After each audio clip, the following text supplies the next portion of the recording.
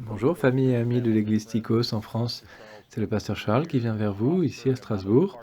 Je suis dans le parc de l'Orangerie. Vous voyez les belles fleurs derrière moi, les roses.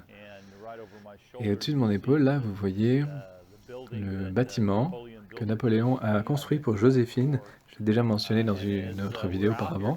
Et alors que nous sommes là aujourd'hui, en ce jeudi matin, le 11 juin, et nous regardons dans 2 Corinthiens chapitre 2, nous voyons dans cet épître vraiment personnel à l'église de Corinthe un désir de Paul d'exprimer son amour pour eux,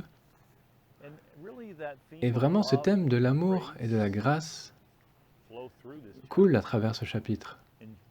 Et au verset 4, ça parle de comment son cœur était angoissé avec beaucoup de larmes qu'il leur écrit. Il leur dit qu'il veut juste leur montrer son amour débordant pour eux. Et cela prouve pour nous que même quand on applique la discipline, la correction, c'est vraiment à propos de l'amour de Dieu.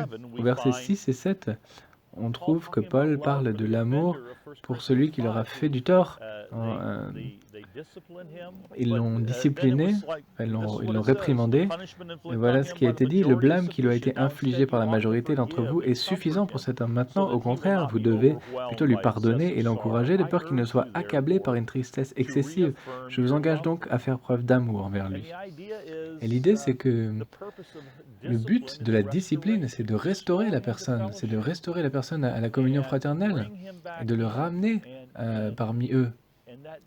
Et c'est ça que la grâce offre.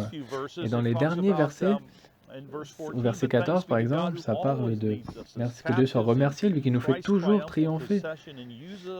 Nous sommes en effet pour Dieu la bonne odeur de Christ, et on répand sa connaissance partout.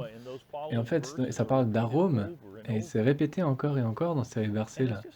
Et ça nous rappelle vraiment à nous que, alors que nous profitons tous nos sens, voir les fleurs, sentir les belles fleurs, leur bel arôme, dans ce cas, c'est l'idée que cet encens, cette senteur,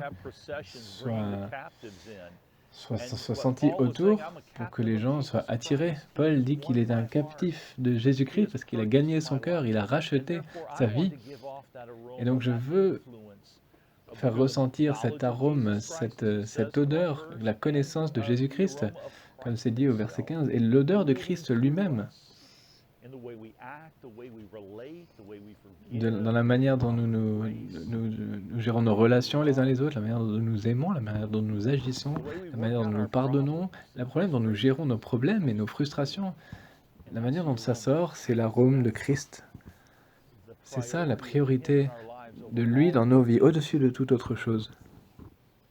Alors priez avec moi que nous puissions être cette fragrance, cet arôme de grâce et de bonnes nouvelles, le message de Jésus-Christ.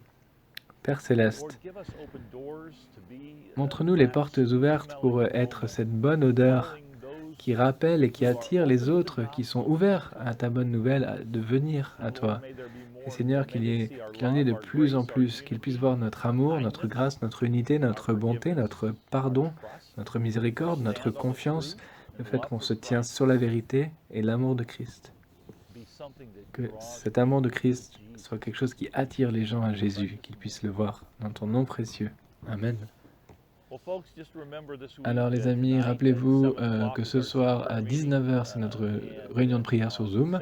Samedi, c'est notre assemblée générale à 2h.